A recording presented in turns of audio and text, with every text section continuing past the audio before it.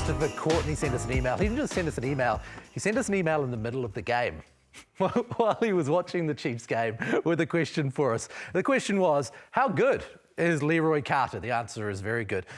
Wow, his link-up play, running lines are outstanding. Get that black jersey on him before Ireland snap up another Chiefs 11. Brynner, Leroy Carter, looking at this bloke, do you think that he could be a guy in the All Blacks? Let's say Mark Telea is not there, you're looking for another winger. Is he the answer?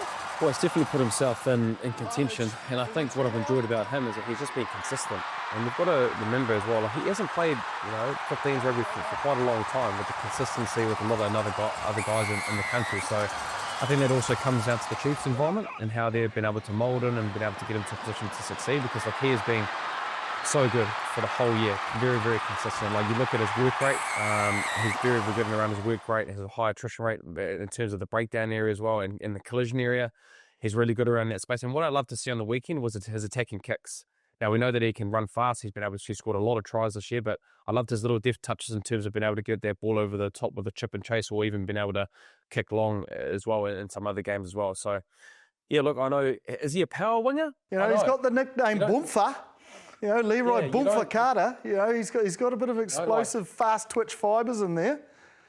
When, like, a Ruben Love can play wing, Shea Fihaki's so good aerially, and we know the aerial game is massive at international level.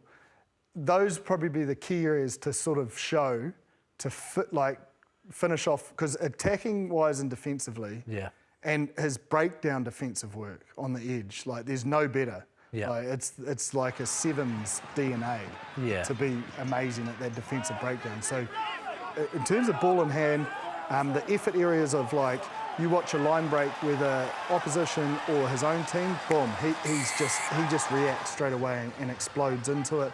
His kick chase, unbelievable. His work to get back, to help the backfield. So all those effort areas, and the reason why, and Crud's, Aaron Cruden said it as well in the post-match, is that's what makes test match footballers. Yeah. The flash stuff is a given. You must do that. But the effort areas off the ball, and what's a little bit, underneath that in the 77th minute, he will appear. He's not going to let you down. So I think that's a big part of what makes him pretty special. In saying that, you don't also, with him, I know he's played a lot for Bay of Plenty, but first sort of season at Super Rugby, you don't want to throw. I always think when All Blacks are selected, normally there's 2 seasons of that real good form. Not saying he's out of contention, but just looking at it, you want to set them up for success is probably what I'm trying to say. But yeah, the All Black 15 is definitely a place where he can have a go there, and I think, can continue to keep, I guess, honing his craft of what it is to be a winger, because look, geez, if this looks what it looks like for a year, I mean, obviously there's second year syndrome, but I just think, with his performances in another year of NPC underneath his belt, if he doesn't go back to sevens and then gets another year with the Chiefs, he can continue to keep growing his growth in being a winger. You've got Kini Naholo, we've spoken about. Imoni Narawa, who's been there before, looks great. Tabataba Nawai, Radamaitavuti Nipkins. Brynner, the list goes on. What's your inkling on who they will go with or who they should go with? I think it's just depending on what kind of style they want. Now, I think there's that power winger. So you've obviously got your power wingers that are going to be kind of in that position. So, you've got your Caleb Clarks, and probably Mark Telea is seen as that power winger as well. And then on that 14 side, Will Jordan has been kind of having that skill set. Well, we've kind of touched on it in terms of that run pass kick, a little bit of a different mould in terms of being able to be on that wing. So if you're looking in that, for example, you've got, Nipkins, that's over there that we've touched on.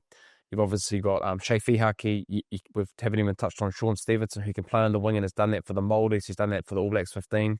Played his test match debut against Australia on the wing. So it's depending on what kind of style they want on that right wing, because they have shown you can do obviously the power wing on both sides, but I think from what we've seen with the All Blacks traditionally, that number 14 role has shown an array of different skills than the power winger that we probably have had on that left side. Look at the international game, and it's just you're bombarded aerially.